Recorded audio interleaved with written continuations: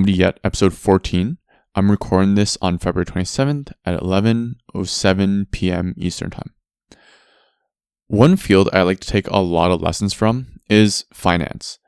There's something really beautiful about finance that it combines so many things that could relate to other things in life together.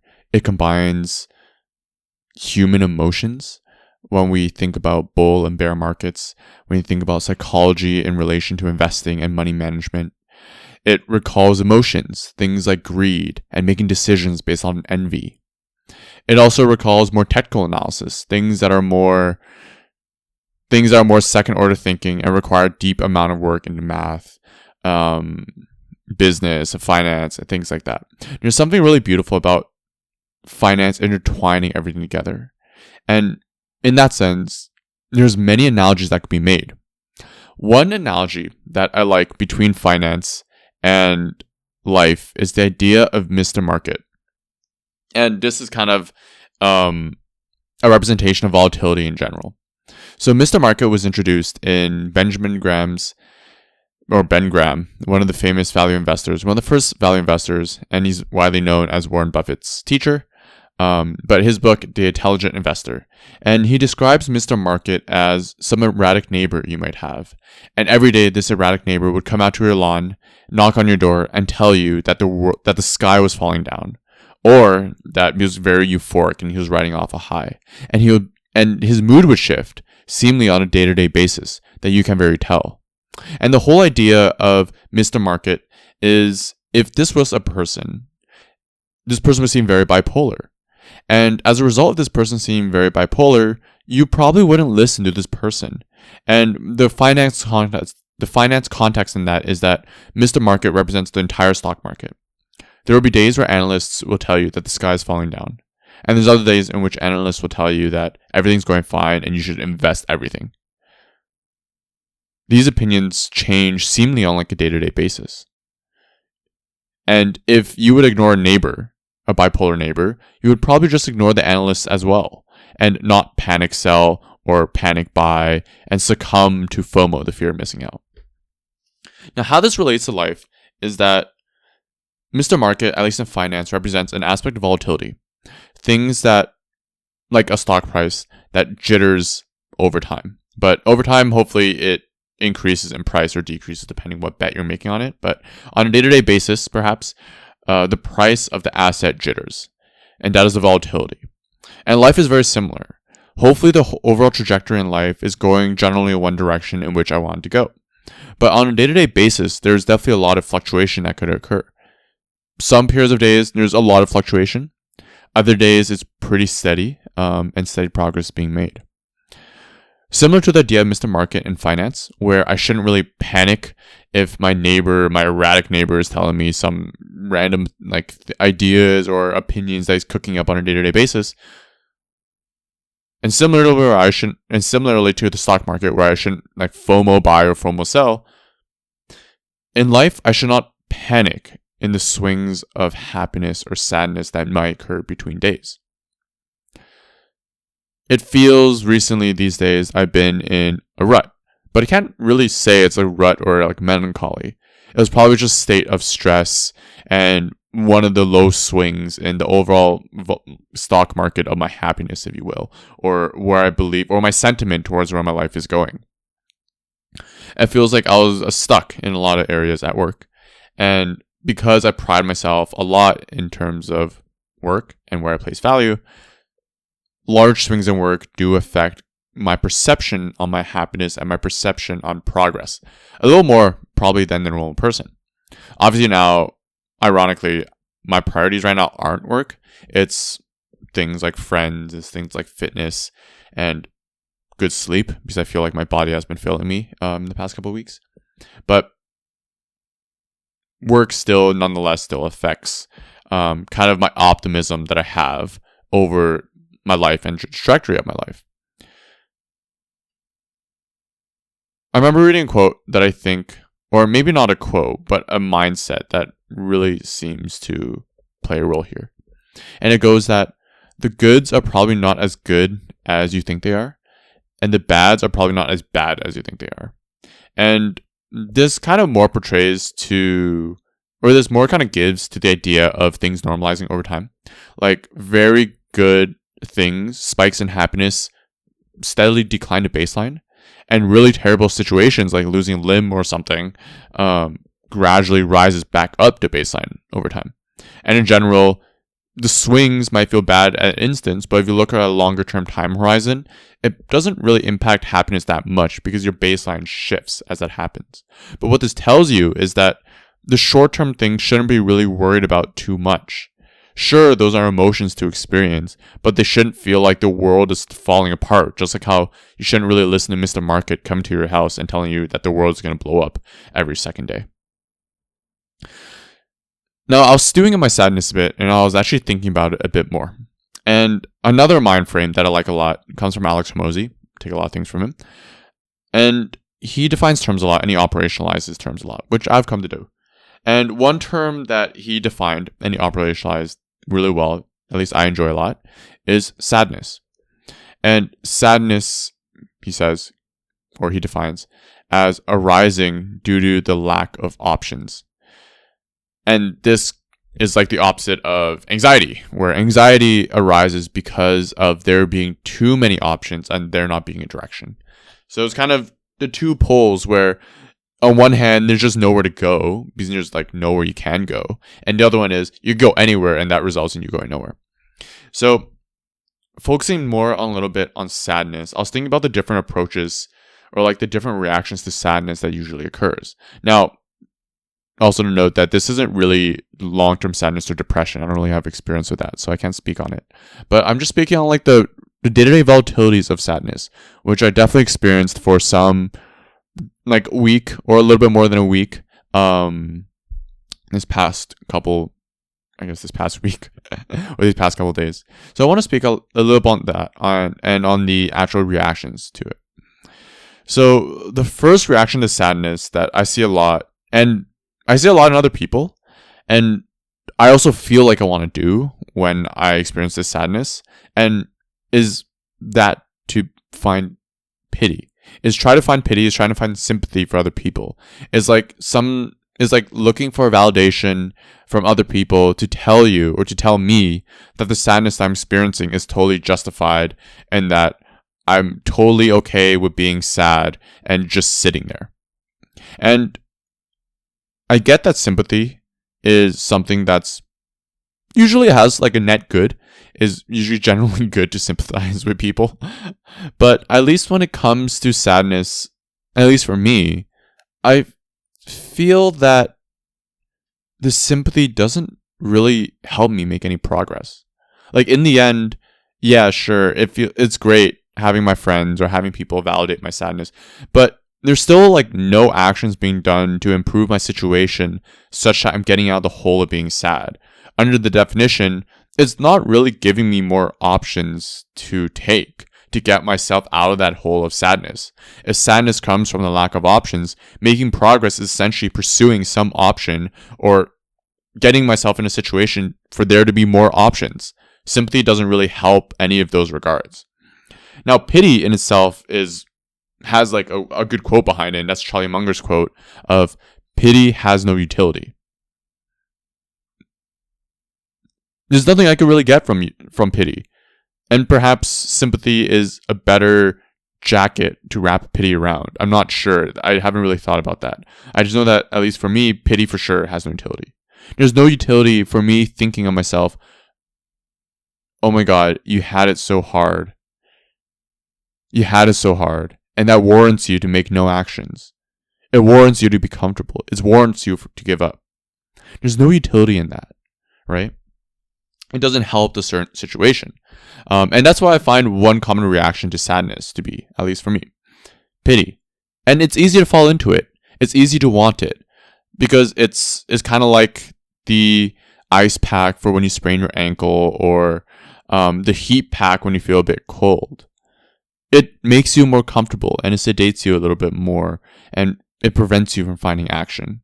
Maybe that's a bad analogy because a cold pack probably is actually pretty helpful and a heat pack is probably very helpful. Bad analogy, but you kind of get where I'm going, hopefully. So that's one, pity.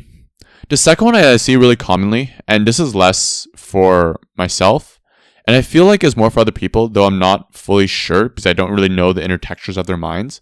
Like, for example, when friends tell me certain situations and they tell me the actions they're going to take, I don't really know what they're thinking deep down when they're alone and they're just like in their bed looking at the ceiling. I don't even know whether they have those contemplations in the first place.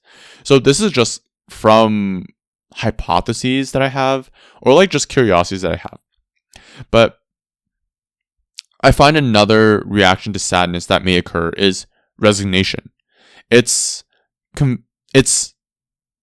having the urge to convince myself that I'm okay without the thing that's causing me to be sad. It's kind of like lying to myself.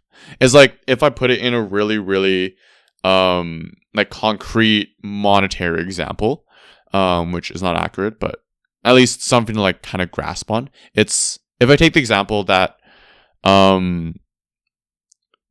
making $50K a year would make me happy.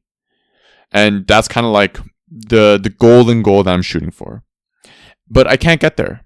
So then that causes the sadness of there being no options to reach that goal. So then there comes like this resignation process where it's like, okay, I'll never get there. And that's okay because I never wanted to get there in the first place. So it's kind of convincing myself that I didn't even want it in the first place.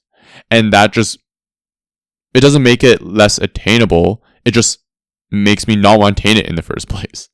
Which I guess could be a reframe to like reduce the sadness because like you no longer want the thing that's causing like you to feel like you have no options. But that's also kind of sad because like the entire state, objectively, the state of your life doesn't really change. It's kind of like giving up instead of actually trying. And I'll talk about this a little later about there being value in trying, but it just seems a little bit weak to me. And at least for me, I know that's something I can't do because I feel like I'm always lying to myself if I do that. Like there will always be that voice at the back of my head that chirps saying that, Eric, you know you want this thing. You know you want it. So why aren't you going to get it? And that voice is going to absolutely haunt me. So I know resignation is not something that I could do, but I think it might come up in acquaintances or friends, or at least maybe. Now, I guess that naturally leads us to like the third action to take, or the third progress to take, which is to aggressively find more options, which is kind of like the direct answer to the definition of sadness. Like if sadness comes from a lack of options, then the solution is aggressively finding more options. And at least for me, this occurred recently with work. I was stuck in a interesting situation, one that I haven't felt before. One in which I didn't have work to do, and I couldn't get more work to do without like actively reaching out and networking with people, which is kind of strange because usually I'm really accustomed to there being like a really concrete and long-term roadmap. But I guess just this current situation I'm in didn't really offer that. So I had to figure how to get around it and get out of it myself. And if I look at it without the mindset of aggressively finding more options, I would just see it as, oh my God, I just don't have any work to do. I'm just going to sit there. Right? But then even me sitting there, I just don't like that either because I like being productive. I like working. So that in itself of having no options, of just sitting there, feels like I'm wasting my life. And that in itself produces a level of discomfort in me. So I'm essentially forced to find more options. Now, of course, just having no work and just sitting there, yeah, it causes uncomfort, I guess, on the short term. But then it kind of also starts to bring in the question of longer term angling of now it feels like I'm going nowhere longer term in life. And yeah, maybe this leads back to the idea of volatility and thinking the volatility will last forever. But there is like kind of that deep down sinking feeling of like, oh, fuck, I messed up. And I messed up big time. Or I regretted some decision before. And that starts to really eat away at my confidence, I find. When I start having those moments where it seems like things are not going to work out and it feels like I have no way to get out of it. It feels like I'm in a train that's slowly crashing and I can't get out. that's where the cynicism starts to rise. And I think cynicism, maybe as another tangent from sadness, if sadness comes from the lack of options, I feel like cynicism is one of the motivators to not pursue any options. Cynicism feels like the emotion or the feeling of the world is this way, my situation is the way that it is because it's unjust, it's unfair, nothing's going to ever work out, and that's it. And because nothing's ever going to work out, I'm just going to leave it like that. I'm not going to fight. I'm just going to give in, and that'll be it. That'll be my life. And perhaps that's cynicism taken to an extreme regard. And perhaps I'm also just painting over cynicism with paintbrush because I don't know cynicism that well, to be truthful. I'm much more optimistic, but I just kind of think about what's the opposite of optimism, which I guess is cynicism or pessimism. So to kind of connect cynicism back to sadness, I find that when there's like those moments where it feels like I can't make any progress no matter what I do, the cynicism starts to rise. And there's like less of a motivation to do things because it feels like I can't really get anything done. It feels like I'm making no progress. If I'm digging a hole, it feels like the tools I'm digging this hole no longer works for the bedrock layer that I hit. I can no longer get through there. So now I could constantly hit at the rock, but it won't do anything with like my shovel that is not that sharp. That only works for dirt or something. So I feel like cynicism is a natural occurrence that starts to rise if I'm not really careful about sadness. Like if I stew in the sadness for too long.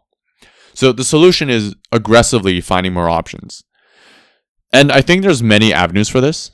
One is definitely like routes that I wrote off because I thought they were too difficult or are immediately outside my comfort zone.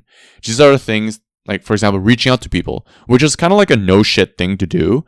But I think for me, from my past of being shy, not being good at talking to people, especially strangers, there is definitely a deterrent for wanting me to do that. And there definitely is some sort of activation energy that I need to push myself to actually actively start talking to strangers. And in this case, to find more opportunities and find work.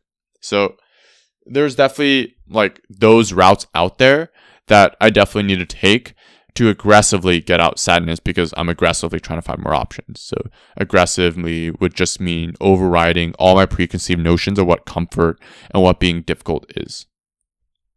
Another factor that would actually just push me out more is desperation.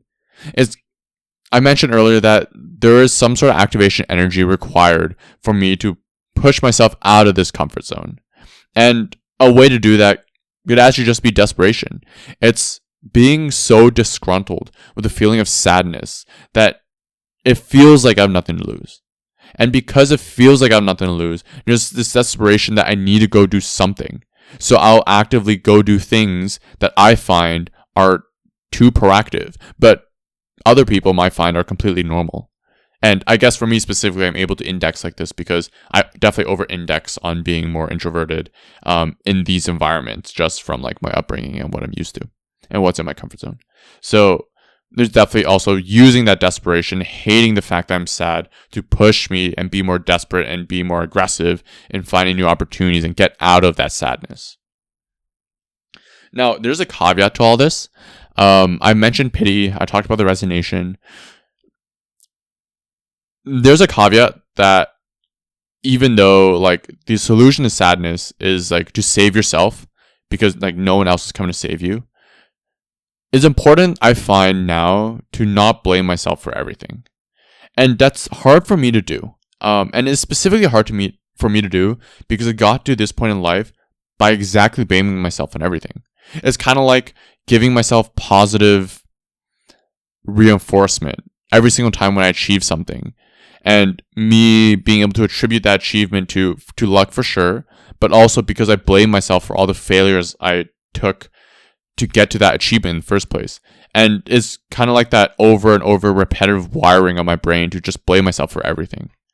And while this is pretty good for like productivity, like in making progress and finding more options and getting out of sadness, I feel like it doesn't really bode the best for like internal state. I feel like there's constant questions that are being asked, such as, "Oh, I could have done this. I could have done that. I could have done this. I could have done that." And there's like that dangerous reframe in which now everything becomes in your power and it feels like you must control everything. And that, of course, is incorrect. And then there's the additional side of it as even if other people make mistakes or other people have bad behavior or are faulty, now it also feels like I'm blaming their bad actions on me now too. It's like because of their bad actions, I should have saw it coming and did something else. But like realistically, I didn't see it coming and I haven't experienced it before. And I wouldn't be able to act differently anyways. So then why am I blaming myself for something that I didn't know? It's kind of like a good analogy for this are exams. So when I did exams for high school and university, I thought about two types of questions that I got wrong. There's type of questions that I just didn't know. Like if I'm studying for calculus and the teacher puts like, I don't know, fluid dynamics or something on the exam, I just don't know. And I just can't get that question. No matter how hard I study, I won't get that question because I just didn't know it existed. I just didn't know it was on the exam. So there's like that type of problem, whereas that's like, it's just like not my fault. And of course, there's like the toxic reframing of, oh, it is my fault because I could have somehow figured out that fluid mechanics was going to be on the exam. But like the key is like somehow, like how am I going to figure that out? I don't know. And by feeling this reframe of blaming everything on myself, it feels like I'm torturing myself a little bit more. Like even though it gives me more power to do things, it feels like I'm just like shooting more bullets into my own self-esteem and my confidence. Like everything is my fault. The situation you're in is all your fault. And now you need to dig yourself out of it. And yeah, it gives me the kick in the ass to pursue action. But it also like fuels the feeling that I'm not good enough. And that's definitely not a good feeling to feel. So perhaps this comes with like maturing and just growing up a little bit more, but not blaming myself for everything that happens. Now, this is all to say that even though I think I'm not blaming myself for everything that led me to this position now, of like there being like this dearth of work and they're just being like, I don't know what I'm doing. This doesn't take away from the fact that I still have agency over my own actions and at least my own mindset. And this means that because I have agency over my own actions and because I have agency over my own mindset, it means that I need to still take action. It's like to show the world, or more importantly, show me that I'm still alive and I'm still kicking and I'm still on the attack and I'm still looking for opportunities. I'm still looking for that chance. And maybe for me, there's the additional step of, well, if it works, that's great. But if it doesn't work, there's like a sense of honor in trying my best, right? And if anything fails, I always at least want to wish that I tried my best and things just didn't work out. But at least I controlled what I could control. And what I could realistically control, like not kind of like the bullshit, blame everyone's actions on me. But I controlled genuinely what I thought I could control. It just didn't work out. So be it. Let's move on to the next thing.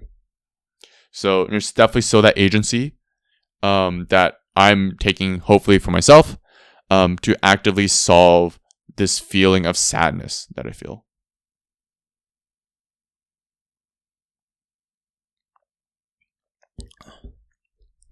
Now, I guess one curiosity I have, like when I was actually reflecting on my sadness, is that I wonder if I experience more sadness than the average person. And this is not really like an impression Olympics or like a pain Olympics sort of thing where, oh, look at me, I experience more sadness than you, ha ha ha ha. I think it's more just like a curious query of like, I wonder what my sadness compares to other people. I think it's safe to say that I am more introspective than the average person. I don't think that's inaccurate to say. And while I don't, of course, know what the introspection level is for the average person, I definitely think I am more introspective than whatever that is. And I don't necessarily think that's a good thing. I don't think introspection is purely a good thing. I think introspection is merely a trait. I think it mainly comes down to a person and whether that person makes it a good thing or a bad thing. Being more introspective, I find, tends to lead to the curse of competence. It's knowing many things about myself, and because I know my flaws, or I think I know my flaws well, and I know my strengths, I know what I'm thinking, I completely kill myself over the things that I succumb to. Is like, because I know my flaw is A, and let's say something happens where my flaw shows, then I absolutely ravage my own self-esteem over the fact that, look at you, you know that that was a flaw, and you still let that happen to you. So there's definitely that idea of curse of competence in that more knowledge about self doesn't necessarily equate to more like happiness or a better internal state.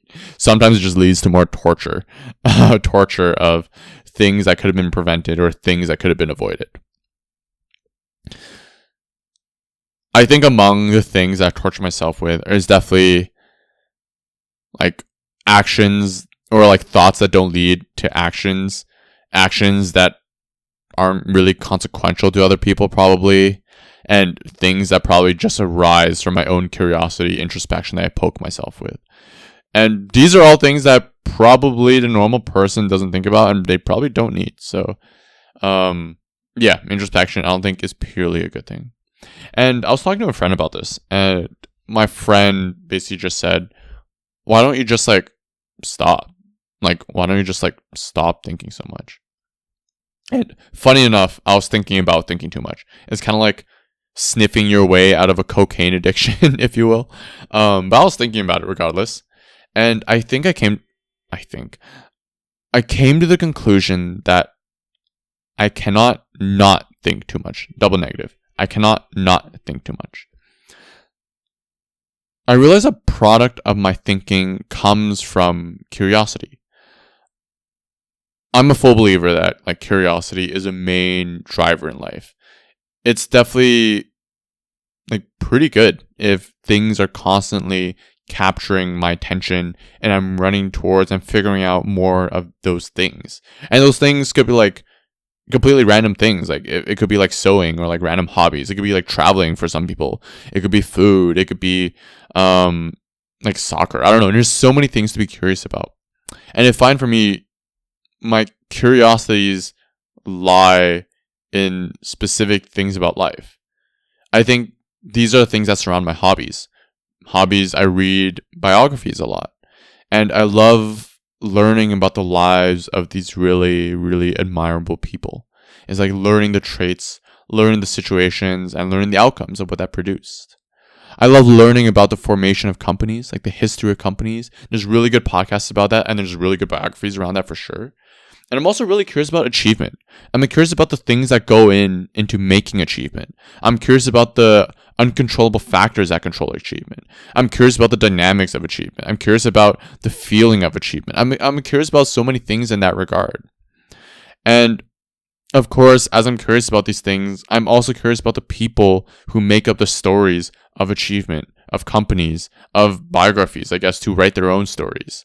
And if I'm curious about those things, there then becomes like this look inwards of, why not studying myself as well? Because I know myself the best. And in a certain sense, I'm like writing my own biography of the life that I want to live.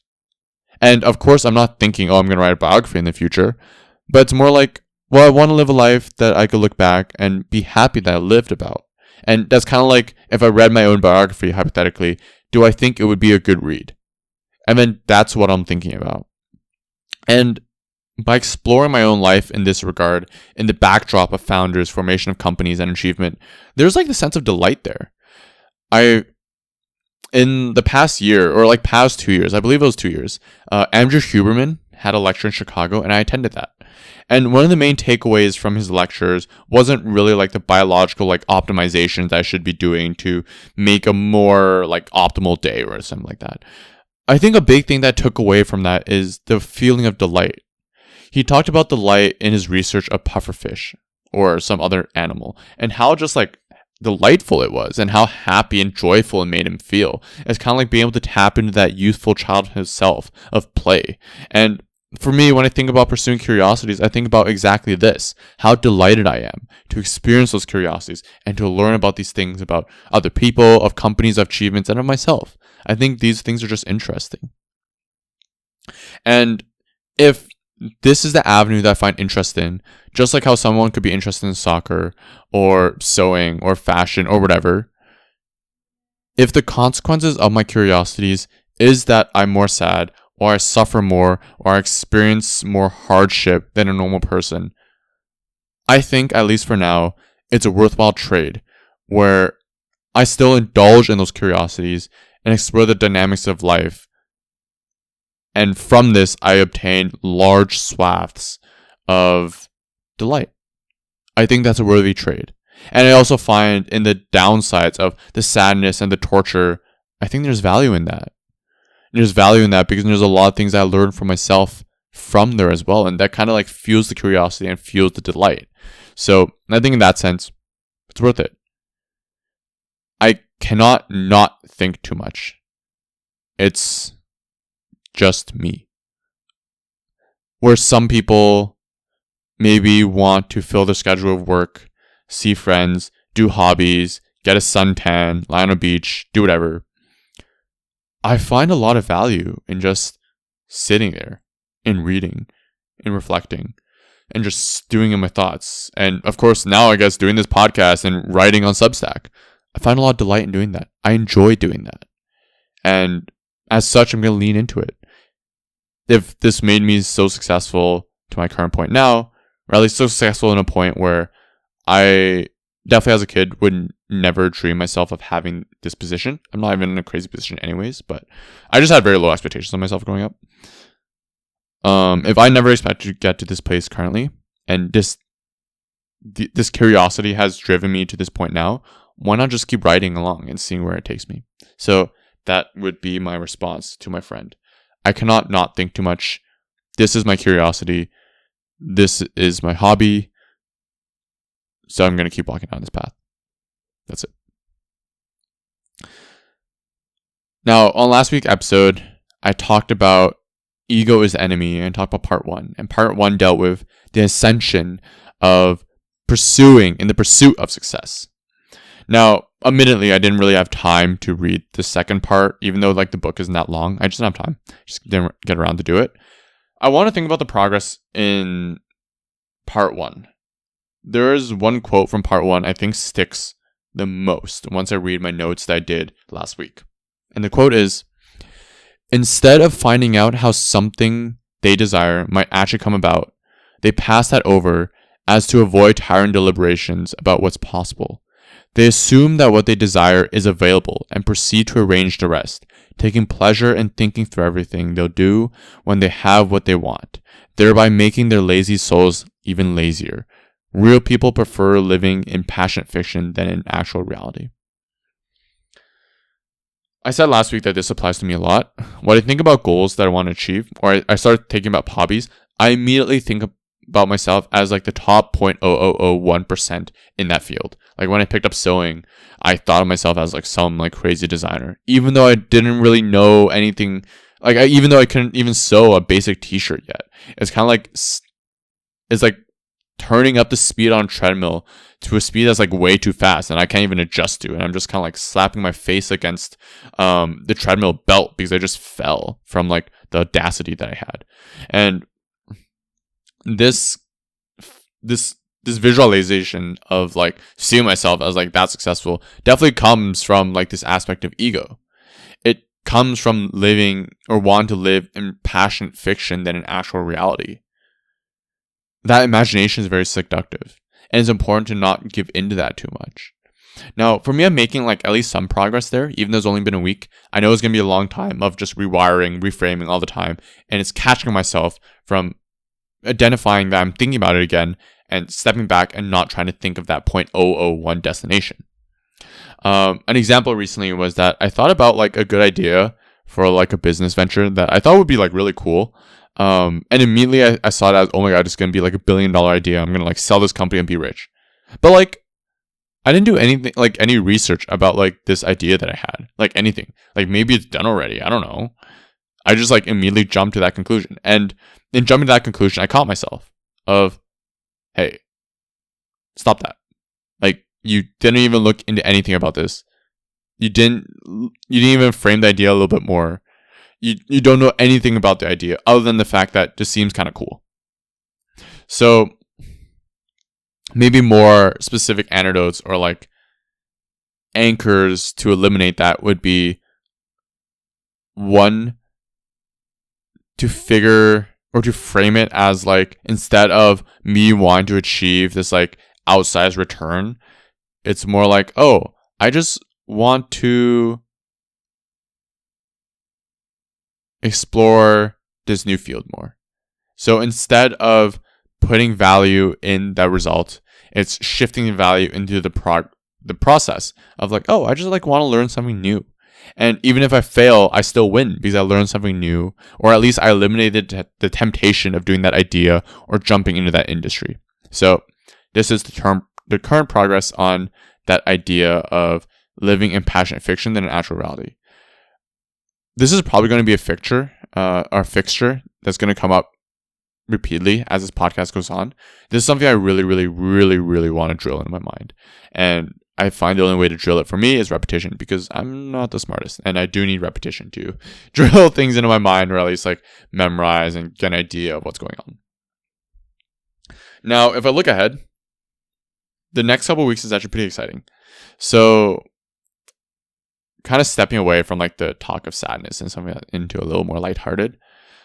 In the next few weeks, I'm like ramping up on lifting in the gym to like test out my maxes. And I know like gymming is like a big subject of like the podcast, or at least it comes up pretty often, but like it's somewhere where I find so much value in. I think the gym is one of the hobbies that is very deterministic. Like, it's almost known that if you do A, you'll probably get B with like a high degree of confidence. You just have to make sure that you dedicate to A lot. And I think with fitness, there's not really the factor of luck. At least like if we don't talk about like professional like games. Like, of course, in basketball, there's a lot of luck in how the ball bounces or something. But at least in our own amateur lives, in which we're just trying to be the best version of ourselves, I feel fitness really doesn't have that luck element. And it gives a lot of value in terms of being able to see results generated from direct results or direct progress that's being made. And what's even better about the gym is that the results are outsized in the beginning. Like, if beginners work out, they get newbie gains. And the newbie gains are like very fast. Like, I remember my bench press increasing by like 10 pounds like every like week or two in the beginning, which now it increases by like 10 every like 4-month training cycle or something. So it's very different. But the gym, to say the least, doesn't really have any luck involved, and just a really good place to like work on discipline and to really make the connection between effort and then the results, because luck is not really a factor in fitness. Now, I'm hitting my maxes. So I'm lifting maxes. I'm testing. I'm doing like 1 rep max 2 weeks from now. And this is actually pretty important for me because I competed in a meet last year, and it's almost like 1 year, like last year at this point.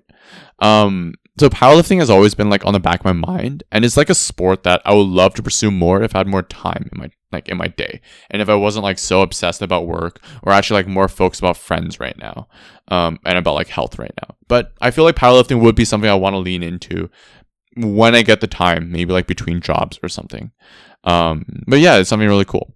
And I feel training maxes is pretty fun. It is kind of like the feeling of being able to test yourself. And that's a feeling that doesn't come up a lot. It's being able to see what you can do and trying to execute to get there. I feel like I'm explaining this really poorly, but it's the feeling of when you're testing yourself that, at least for me, I feel the butterflies in my stomach. And I feel like the dichotomy of the confidence of being able to accomplish, but the fear of that thing being unaccomplishable. It's the excitement of wanting to pursue, but the angst of like not wanting to step forward. It's the feeling of superiority that I'm better than the numbers I'm trying to aim after, and the inferiority of feeling I'll never get there. It's like the perfect mix of everything that makes testing Max is so fun. And perhaps you could generalize this bit more into testing in general, whether it be interviews or like promotions or like dates or like anything, like anywhere where it feels like you're being tested. There's like this feeling that you get. And I absolutely love that feeling. So yeah, that's something I'm excited to see in the next couple of weeks. See what my maxes look like.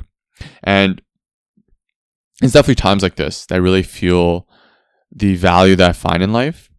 It's the preparation, like the months of preparation I do, and the training and the sacrifices that I do to make myself feel the strongest I've ever felt. And now I almost get to surprise myself and show myself what I could do. And there's definitely this supreme excitement over that.